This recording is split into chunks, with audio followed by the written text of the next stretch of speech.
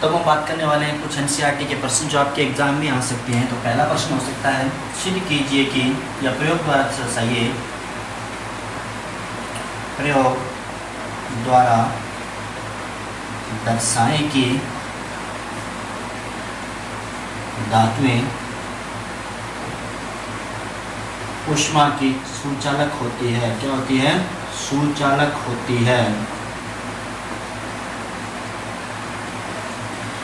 ऊष्मा की सुचालक होती है। तो इसके लिए हमें यह प्रयोग है, यहाँ पर आप चित्र भी देख सकते हैं। क्या कर रहे हैं हम, इस प्रकार से हमने क्या लिया, एक छड़ लिया, उसको एक स्टैंड की सहायता से हमने खड़ा किया है। स्टैंड की सहायता से हमने इस छड़ को एक स्टैंड की सहायता से खड़ा किया। इसके साथ एक लोहे की पट्टी ले ली, इसके ऊपर हमने कुछ तीलियां लगा दी हैं, मोम की सहायता से चिपका करके कुछ तीलियों को लगाया। और यहाँ पे हमने क्या ली, मोमबत्ती ली। क्या ली? जलती हुई मोमबत्ती को जब इसके पास लेकर गए तो जब ये धीरे धीरे जैसे ही गर्म होगी और जो ऊष्मा है वो धीरे धीरे जैसे आएगी तो ये तिल्ली की नीचे गिर जाएगी, ये भी नीचे गिर जाएगी और नीचे गिर जाएगी। तो इस प्रयोग द्वारा इस प्रकार से एक डायग्राम बना करके आप दर्शा सकते हो कि हम क्या लेते हैं, एक स्टैंड लेते हैं, उसमें एक स्टैंड की सहायता से एक लोहे की छड़ को लटकाते हैं, उस पर मोम की सहायता से कुछ तिलियों को चिपकाते हैं और फिर मोमबत्ती से उष्मा देने पर वह कुछ समय बाद जो बत्तियां हैं, जो तिलियां वह नीचे गिर जाती है। तो इस प्रकार आप इस सूत्र का प्रश्न का उत्तर दे सकते हो। प्रयोग द्वारा दर्शाइए कि ऊष्मा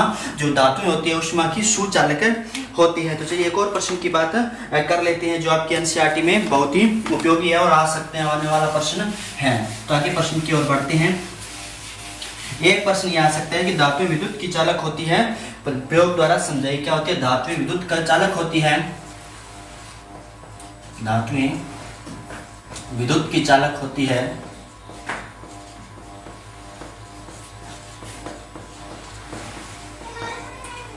प्रयोग द्वारा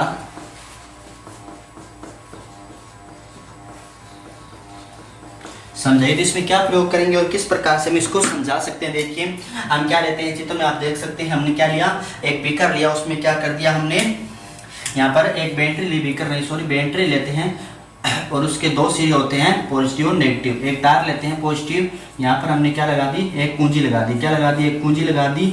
और यहाँ पर हमने क्या किया, एक जो बल्ब है उसको यहाँ पर अटैच कर दिया है, बल्ब को अटैच कर दिया। और यहाँ पे हमने एक स्थान छोड़ दिया और उसको उस बैटरी के सिरे को प्लस और माइनस दोनों सिरों से हमने अटैच किया। तो जैसे यहाँ पर हम विद्युत की जो कोई धातु है उसकी छड़ लगाते हैं तो विद्युत का क्या हो जाने लगता है, चालन होने लगता है।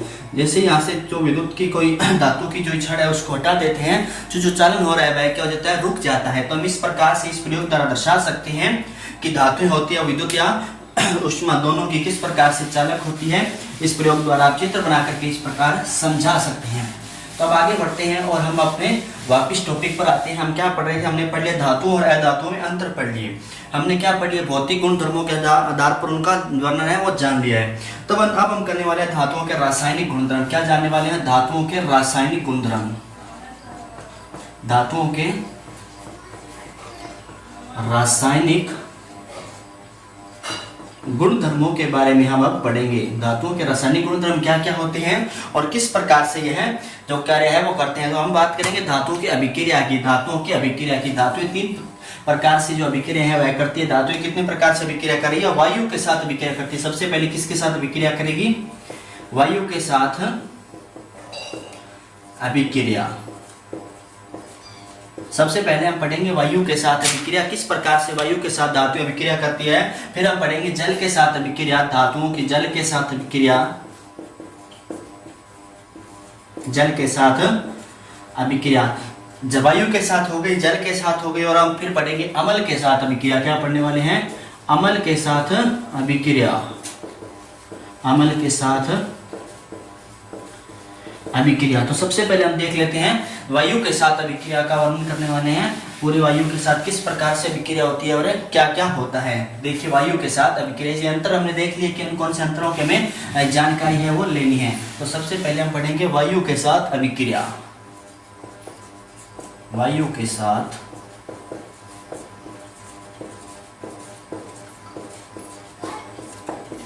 वायु के साथ अभिक्रिया को सबसे पहले हम विस्तार से जानने वाले हैं।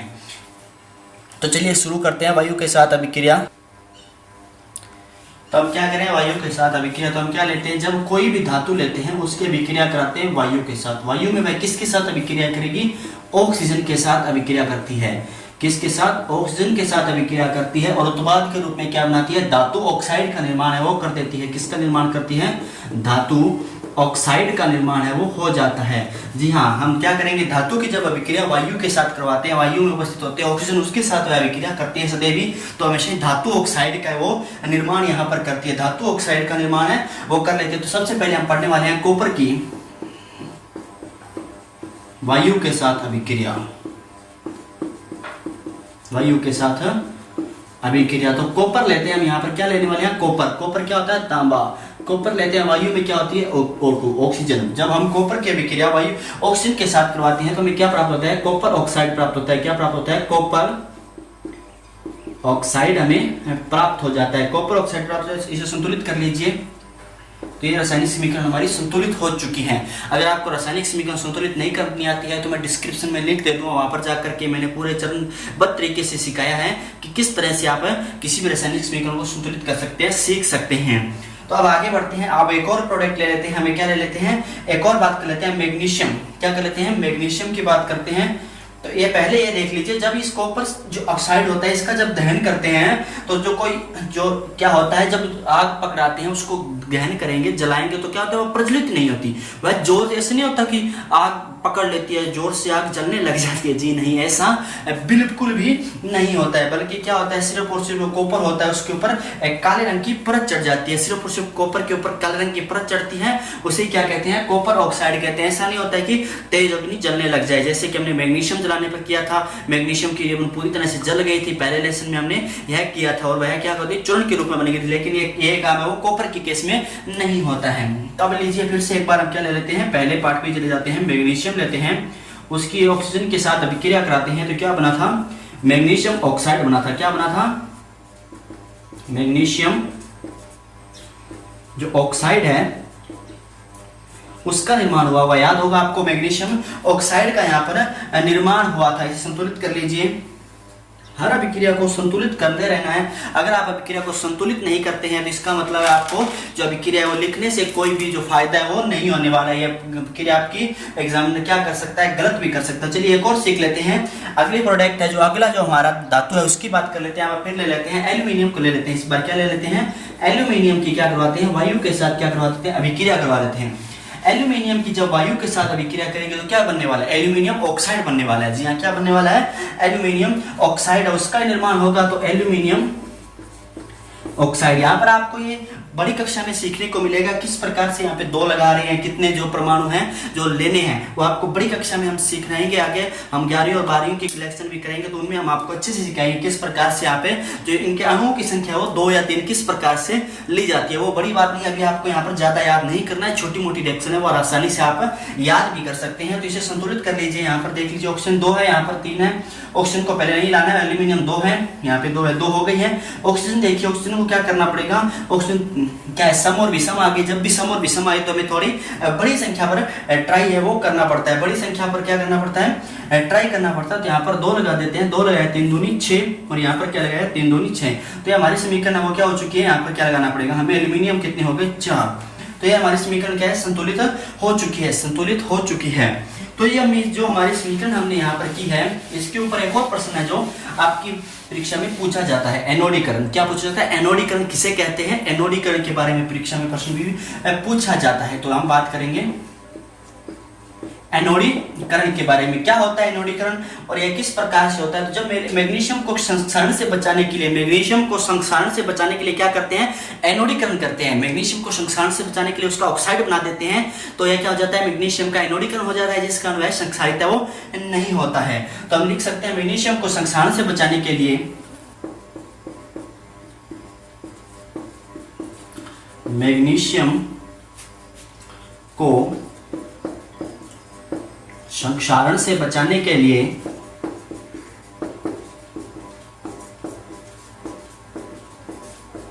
एनोडीकरण किया जाता है। क्या किया जाता है, एनोडीकरण किया मैग्नीशियम को संक्षारण से बचाने के लिए उसका क्या किया जाता है, एनोडीकरण है वो कर दिया जाता है, इसका उपयोग है वो किया जाता है। तो एनोडीकरण क्या होती है, एल्यूमिनियम को वायु से क्रिया कराने पर एल्यूमिनियम ऑक्साइड को परत का निर्माण हो जाता है। क्या प्राप्त हो जाता है, एल्यूमिनियम ऑक्साइड की परत बनती है। क्या बनती है, एल्यूमिनियम ऑक्साइड की परत का निर्माण होता है। कब होता है, वायु में दहन पर, वायु में दहन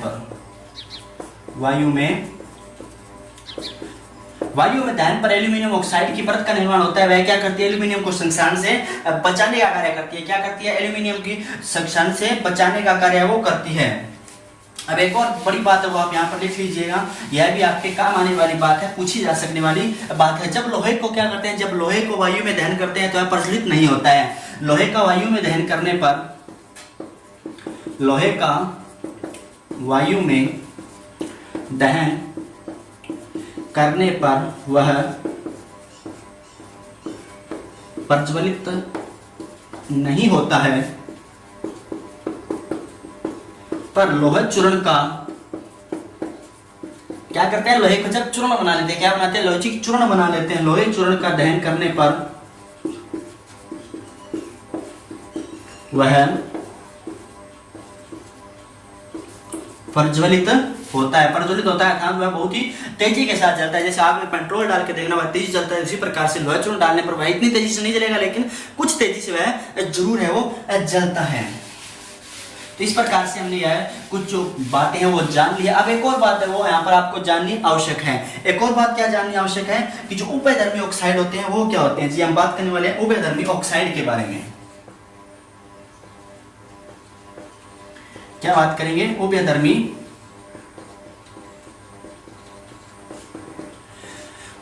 ऑक्साइड क्या होते हैं। उभयधर्मी ऑक्साइड यह भी एक बहुत ही महत्वपूर्ण टॉपिक होता है जो कि परीक्षा में पूछा जाता है। क्या, तो यहां पर वे बात करेंगे वह धातु ऑक्साइड। अभी हमने क्या बनाया था, धातु ऑक्साइड में ना, जो अम्ल व क्षार दोनों से अभिक्रिया करके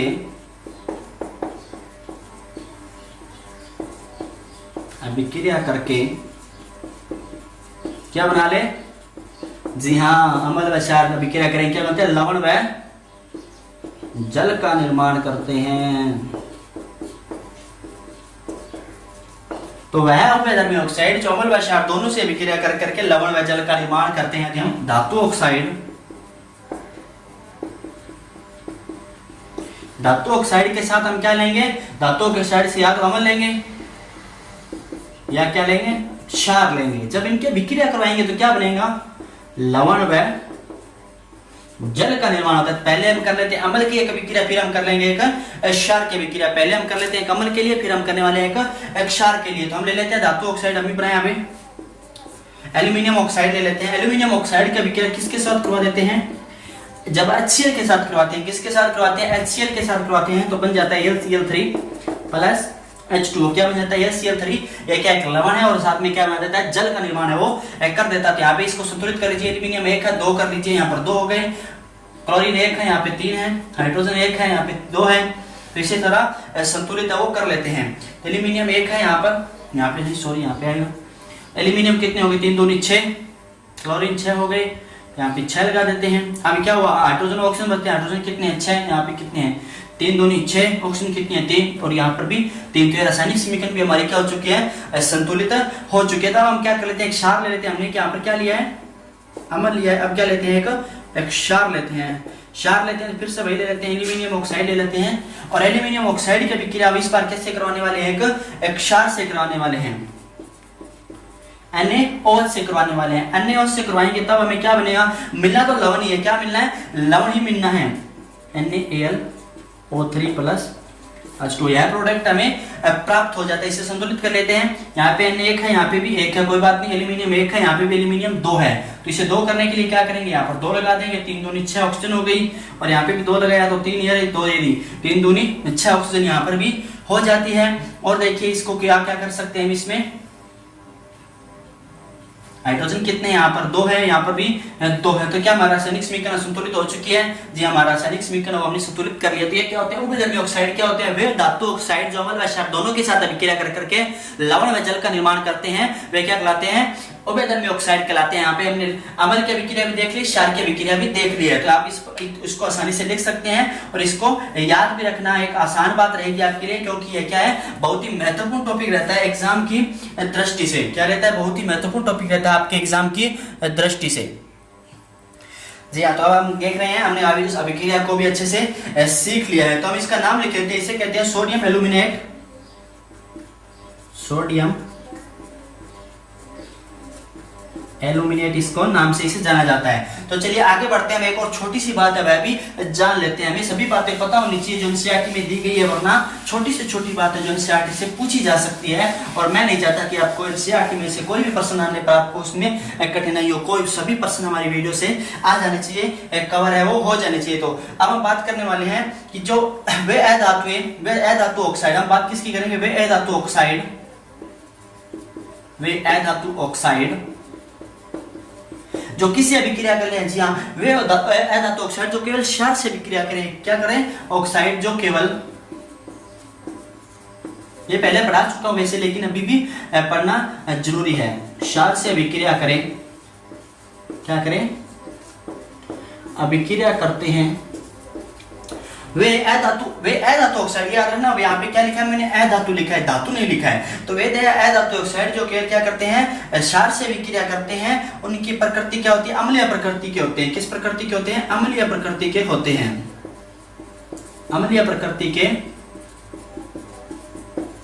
वे धातु ऑक्साइड जो क्षार से विक्रिया करते हैं, अम्लीय प्रकृति के होते हैं। तो यहाँ पर हमारे क्या हो चुका है? टॉपिक पूरा हो चुका है वायु के साथ अभिक्रिया। अब हम आगे बढ़ने वाले हैं और अब आप जानेंगे कि धातु वायु के साथ अभिक्रिया हमने जान ली है धातुओं की। अब हम पढ़ने वाले हैं जल के साथ अभिक्रिया। जी हाँ, किसके साथ अभिक्रिया? जल के साथ अभिक्रिया।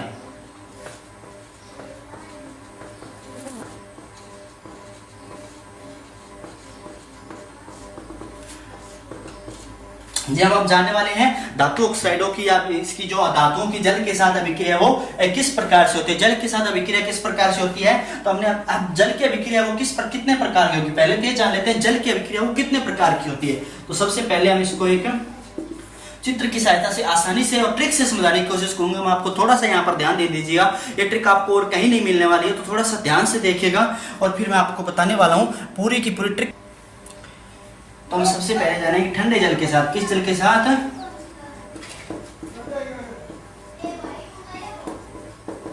ठंडे जल के साथ। जब धातु क्या करेगी? ठंडे जल के साथ अभिक्रिया करेगी। सर्दी में क्या होता है? ठंडे पानी से नहा लो तो नाक बहने लग जाती है। क्या होता है? नाक बहने लग जाती है। तो क्या लिखेंगे? नाक का। क्या लिखेंगे? नाक का। तो नाक से अन्य कैसे के। नाक का मतलब है नाक से अन्य कैसे के और का से सी।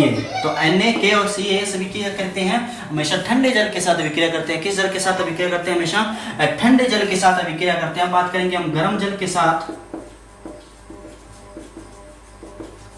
गर्म जल के साथ। गर्म जल से जब हम सर्दियों में क्या करते हैं? गरम जल से नहाते हो तो क्या होता है? मजा आ जाता है। क्या होता है? मजा आ जाता है। तो आपको यहाँ पर भी क्या आने वाला है? मजा आने वाला है। तो लिख लीजिए MG। बिल्कुल आसान। इससे ऐसी ट्रिक आपको कहीं नहीं मिलने वाली है। सर्दियों में क्या करते हैं? ठंडे जल से नहा लेंगे तो नाक बहने लग जाएगी, तो नाक का Na और K और Ca। अगर गर्म जल से नहाते मजा आ जाता है। क्या हो जाता है? मजा आ जाता है। MG यहाँ पर आप इसे लिख सकते हैं। अब हम बात कर लेते हैं भाप। क्या कर लेते हैं? भाप। भाप के साथ। जी हाँ, भाप के साथ जब गर्म कौन से है वो भाप के साथ अभी क्या करते हैं? यहाँ पे याद रखना है हमें फेजल। क्या रखना है? फेजल। क्या रखना है? फेजल। Phrasal FEZL phrasal.